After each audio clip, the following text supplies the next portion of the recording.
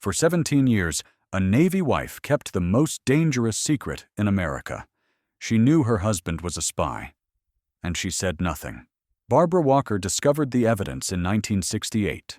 Rolls of film, classified documents, $3,000 in cash hidden in her bedroom closet. Her husband John wasn't just stealing secrets. He was selling the entire U.S. Navy to the Soviet Union. Every submarine position, every war plan, every code that protected American sailors at sea. John made it simple. Tell anyone, and they'll kill me first. Then you, then the kids.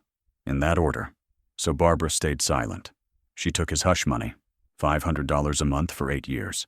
She watched him recruit his own brother. She watched him turn their best friend into a traitor. But when John did something unforgivable, when he crossed a line that no father should ever cross, Barbara Walker picked up the phone and made a call that would destroy her entire family.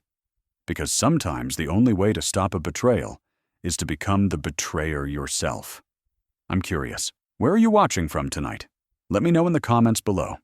And if you're fascinated by the hidden moral dilemmas of the Cold War, by the impossible choices ordinary people faced in extraordinary circumstances, subscribe now.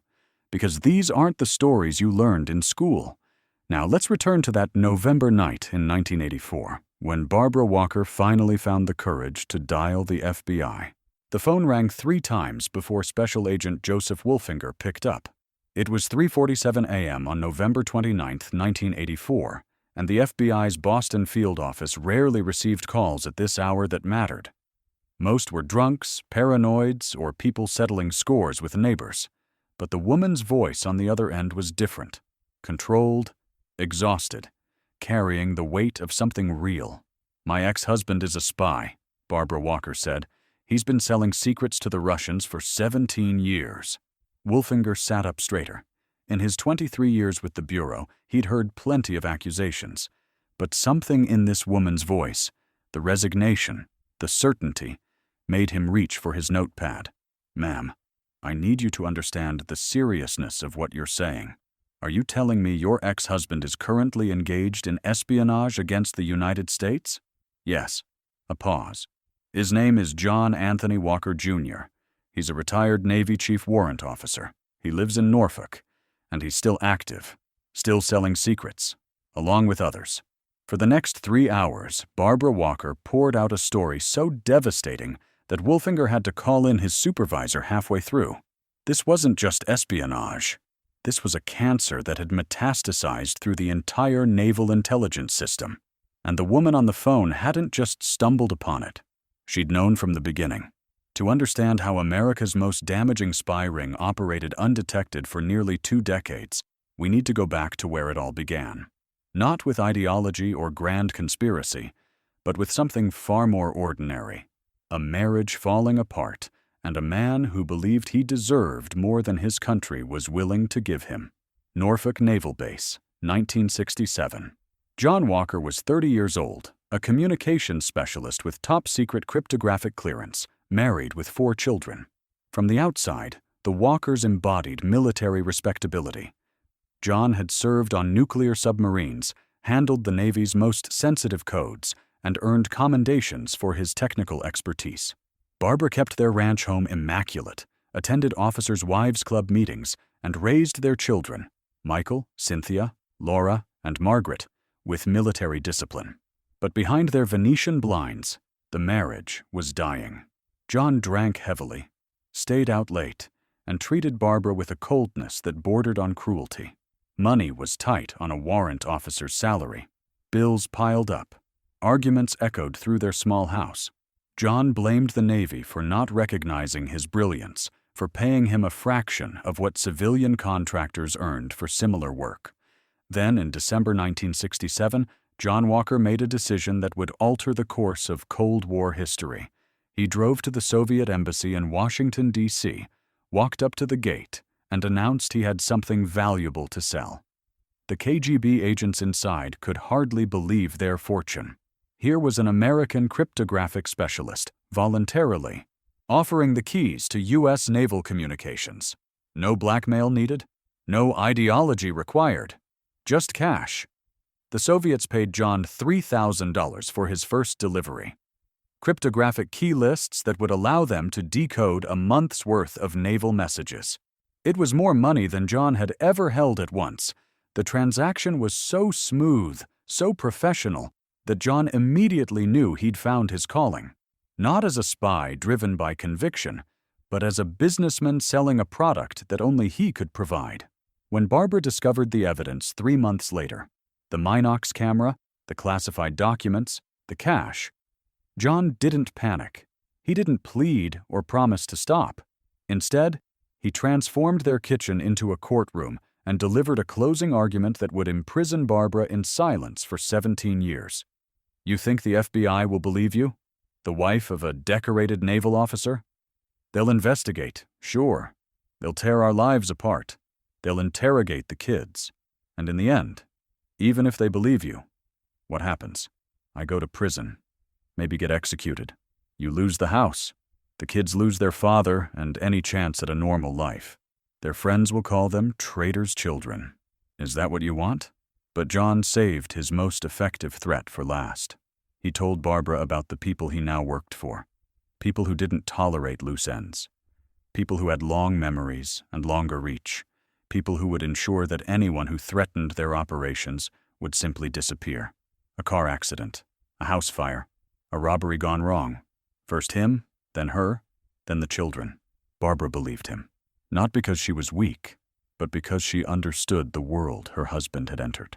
The Cold War wasn't just about missiles and submarines.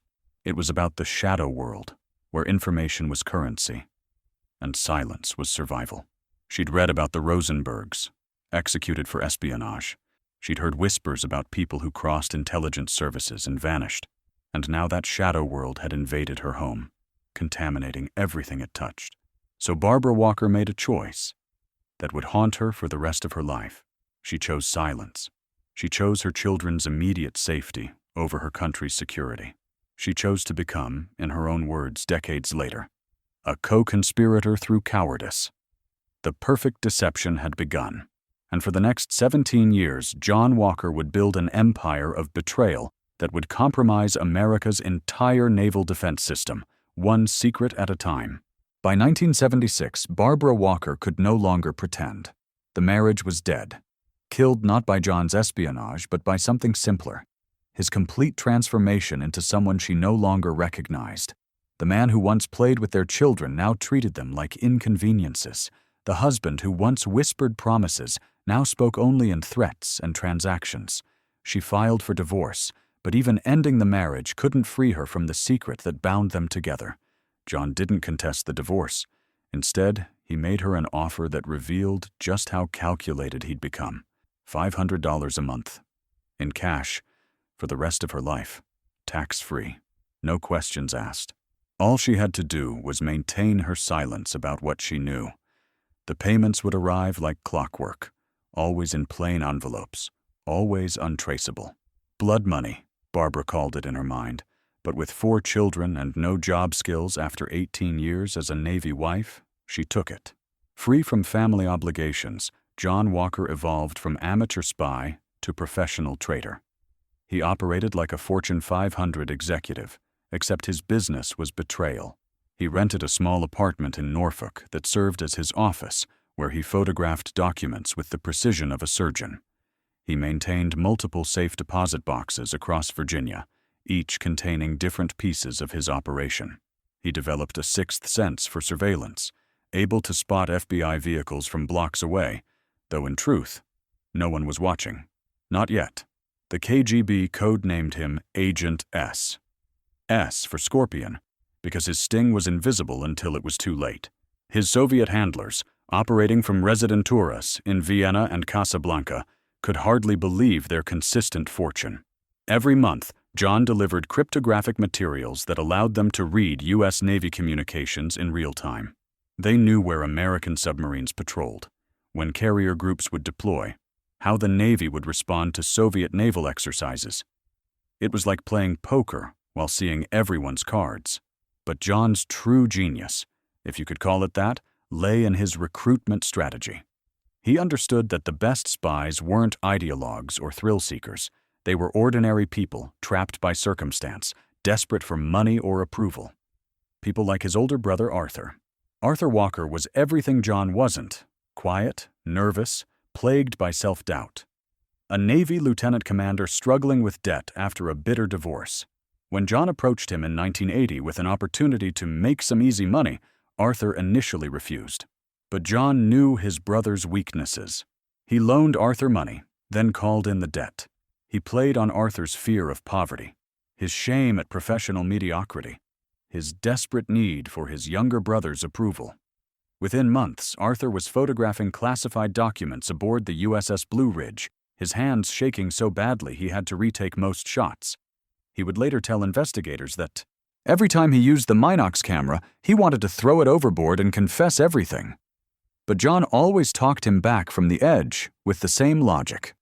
"We're in too deep now, Art. The only way out is forward." Jerry Whitworth was different.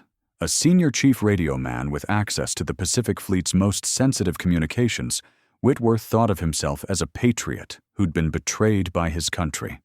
Passed over for promotions, stuck in dead-end assignments, watching inferior officers advance while he stagnated. When John recruited him in 1975, he didn't just offer money, he offered revenge against a system that had failed to recognize Whitworth's value. Whitworth became John's most productive asset, providing communication keys that exposed not just current messages, but years of stored communications. Every emergency action message, every change in nuclear codes, every contingency plan for war with the Soviet Union flowed through Whitworth's hands into enemy intelligence. A single delivery from Whitworth could fetch $200,000 from the Soviets, more than most Americans earned in a decade. But John's most unforgivable recruitment came in 1983. His son, Michael, following family tradition, had enlisted in the Navy. During a camping trip in the Shenandoah Mountains, John made his pitch. He spoke of family loyalty, of fathers and sons united against a system that used them. He promised Michael wealth, adventure, a chance to be part of something bigger than the mundane naval career stretching ahead. Michael, desperate for his distant father's approval, agreed immediately. John trained him in the tools of treachery: how to photograph documents in bathroom stalls, how to conceal film in everyday items, how to act natural while committing treason. Father and son now shared the ultimate secret, though Michael wouldn't understand until his arrest that his father had groomed him for this role since childhood. By 1984, the Walker spy ring had provided the Soviet Union with over 1 million classified documents. The damage was so comprehensive that Navy Secretary John Lehman would later testify it would have changed the outcome of a naval war. Yet no one suspected. John Walker's empire of shadows operated in perfect darkness, protected by the one thing no intelligence agency could penetrate: a family's silence. Barbara Walker stood at her kitchen window in West Dennis, Massachusetts, watching the October rain streak down the glass. It was Thursday, October 25th, 1984, and she'd just received news that shattered whatever justification she'd built around her silence. Her sister had called with gossip from Norfolk. Michael had been bragging to cousins about his special work with his father, about opportunities that would set them up for life. Barbara knew exactly what that meant. John had done the unthinkable. He'd pulled their son into the darkness. For 17 years, she'd rationalized her silence through a mother's logic. Keeping quiet protected the children from their father's crimes.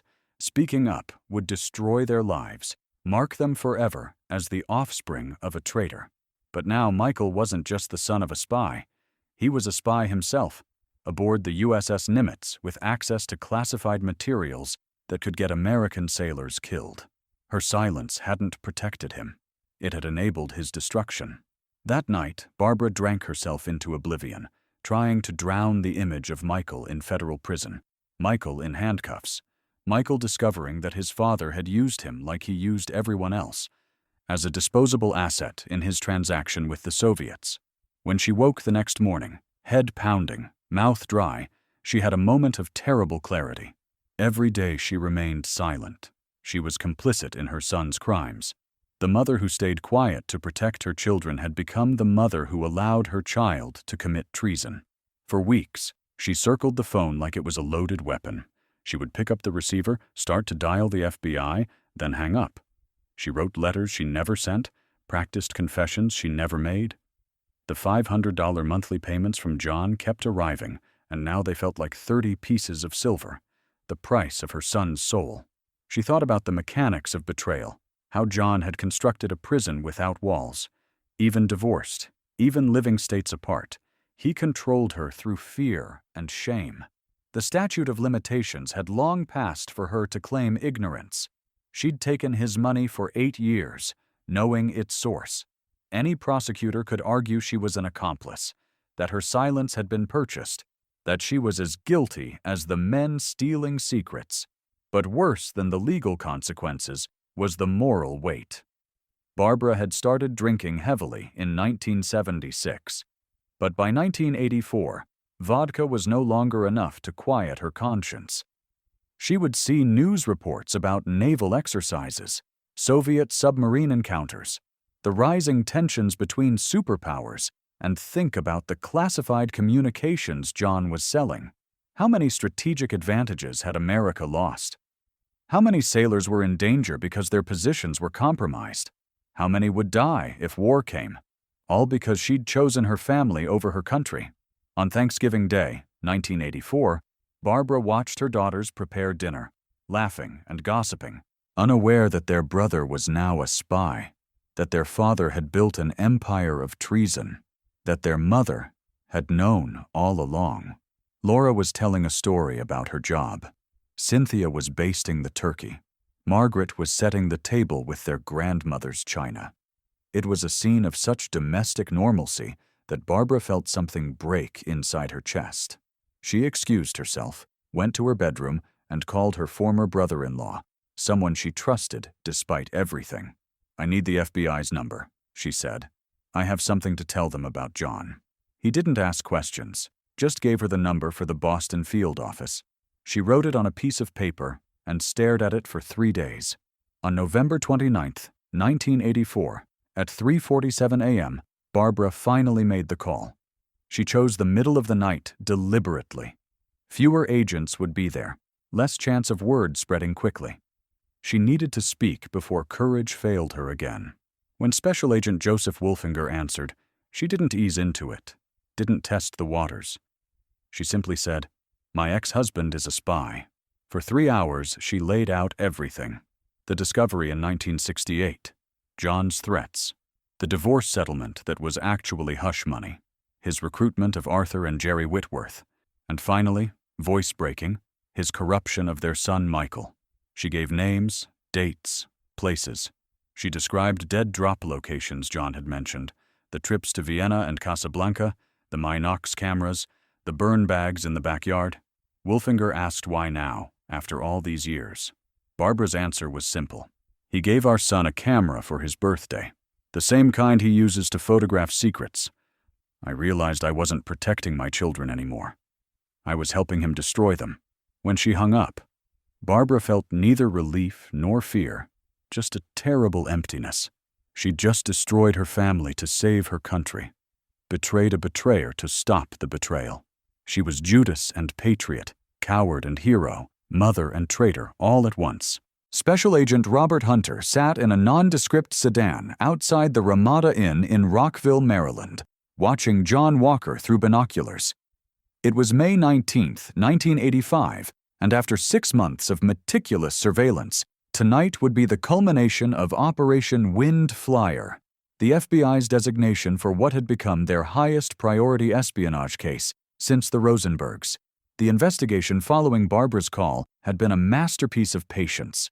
The FBI couldn't simply arrest John Walker on his ex-wife's word. They needed evidence, documents, proof of ongoing espionage. But they also couldn't risk alerting him. One suspicious move, one indication that he was under investigation, and Walker would destroy everything and possibly flee to the Soviet Union. So they watched. They photographed him entering post offices where he maintained boxes under false names. They tracked his rental cars, always paid in cash, always under aliases. They observed his counter-surveillance techniques, the sudden U-turns, the circular routes, the way he would park and wait for hours to ensure he wasn't followed. John Walker moved through the world like a man who knew he was hunted, even though until Barbara's call, no one had been hunting him at all. The breakthrough came when they identified his pattern. Every few months, John would rent a van, drive to Maryland, and stay at a modest motel. He would leave late at night and return before dawn. The FBI suspected these were dead drop nights, when John would leave classified materials for his Soviet handler and collect payment. They'd identified several potential sites in rural Maryland, all matching the profile: isolated, accessible by car, with natural landmarks that could serve as markers. But they needed more than suspicion. They needed to catch him in the act. The FBI faced an extraordinary challenge. They had to coordinate surveillance on 4 members of the spy ring simultaneously. In California, agents watched Jerry Whitworth burning documents in his backyard, unaware that his every move was being recorded. In Norfolk, Arthur Walker was followed to his job at VSE Corporation, where he had access to ship repair documents. Most delicate of all, they had to monitor Michael Walker aboard the USS Nimitz without alerting him or compromising naval operations. On May 19th, agents took rooms on either side of John at the Ramada Inn. They watched him order Chinese takeout, observed him reviewing documents in his room, listened through the walls as he watched television. At 10:15 p.m., John made a phone call to his mother, telling her he loved her, an unusual sentiment that agents interpreted as a possible goodbye in case something went wrong. At 10:30 p.m., John left the motel driving a rented Chevrolet Astro van. 25 FBI agents in multiple vehicles followed at a distance, using techniques perfected during decades of Cold War counterintelligence. They knew they had one chance. If they moved too early, before John Nouts completed the drop, a good lawyer could argue he was just driving around with documents, not necessarily committing espionage. If they waited too long, his handler might retrieve the package, and diplomatic immunity could complicate prosecution. John drove to a remote area near Poolsville, his headlights cutting through the darkness. He'd done this over 50 times before, always without incident. The Soviets were professionals. The dead drops were quick, clean, anonymous. No meetings, no conversations, just an exchange of packages in the night. He parked near utility pole 147, retrieved a garbage bag from his van, and walked into the woods. Inside the bag were 127 classified documents stolen by his son from the USS Nimitz, including technical manuals for satellite communications and cipher keys valid for another month. The market value to the Soviets was approximately $1 million. The damage to American security was incalculable. As John placed the bag at the base of a tree, following instructions left by his handler in a previous drop, Agent Hunter gave the signal. Suddenly, the darkness exploded with light and voices. "FBI, don't move!" 25 agents emerged from concealment, weapons drawn, laser sights painting John's chest. For a moment, John's hand moved toward his waist where he carried a Smith & Wesson .38 revolver. Then, with the calculation that had defined his 18 years of espionage, he raised his hands. Even in defeat, John Walker remained analytical, already thinking about lawyers, plea bargains, damage control. "I suppose you'll want to talk," he said as agents handcuffed him, his voice carrying the same casual arrogance that had allowed him to sell out his country without conscience. Back at the Ramada Inn, agents found his escape kit, multiple identities, disguises, $5,000 in cash, and a passport with stamps from Vienna, Casablanca, Hong Kong. They also found a letter from his handler, beginning "Dear Friend," discussing payment schedules and requesting information about new submarine detection systems. It was the smoking gun they needed, proof that this wasn't historical espionage, but an ongoing conspiracy. Within 72 hours, the empire John Walker built would completely collapse, bringing down everyone he'd recruited, including his own son. The courtroom in Baltimore Federal Court was packed on October 28, 1985. Naval officers in dress whites filled the gallery, their faces masks of controlled fury. These were men who understood the magnitude of Walker's betrayal. Every submarine commander who'd taken his boat to sea, every communications officer who'd transmitted classified messages, every sailor whose life had been unknowingly gambled in John Walker's transaction with the Soviets. John Walker sat at the defense table, wearing a dark suit and the same expression of detached calculation he'd worn for 18 years. He'd already made his deal: life in prison without parole in exchange for his son Michael receiving a reduced sentence. It was, prosecutors noted, the first genuinely paternal act of his entire life, though even this was transactional, a final negotiation with a system he'd spent decades betraying. But the most anticipated testimony came from Barbara Walker. She entered the courtroom in a simple black dress, looking older than her 48 years. The weight of nearly 2 decades of secret-keeping had carved lines in her face, turned her hair prematurely gray. She took the stand and swore to tell the truth, the whole truth, something she hadn't done in 17 years. The prosecutor led her through the story methodically: the discovery of the documents, the confrontation in the kitchen, the threats that imprisoned her in silence, the monthly payments that made her complicit. Her voice remained steady until they asked about Michael. "When I learned John had recruited our son," she said, her voice finally breaking, "I understood that my silence hadn't protected my children. It had enabled their destruction. Every day I stayed quiet. I was helping John turn Michael into what he was: a traitor. That's when I knew I had to speak, no matter the cost." The defense attorney, attempting to discredit her, pressed on why she'd taken money for 8 years after the divorce. Barbara met his gaze directly. "Because I was a coward. Because I was afraid. Because I convinced myself that taking money was somehow different from taking secrets. I was wrong. Every dollar I accepted bound me deeper to this crime. I'm not here seeking forgiveness or immunity. I'm here because the truth needs to be told, even if it destroys me." When asked about the impact on national security, Admiral William Studeman, Director of Naval Intelligence, testified that Walker's espionage was the most damaging spy ring in naval history. The Soviets had been able to read virtually all naval communications for nearly 2 decades. War plans, submarine positions, nuclear protocols, all compromised.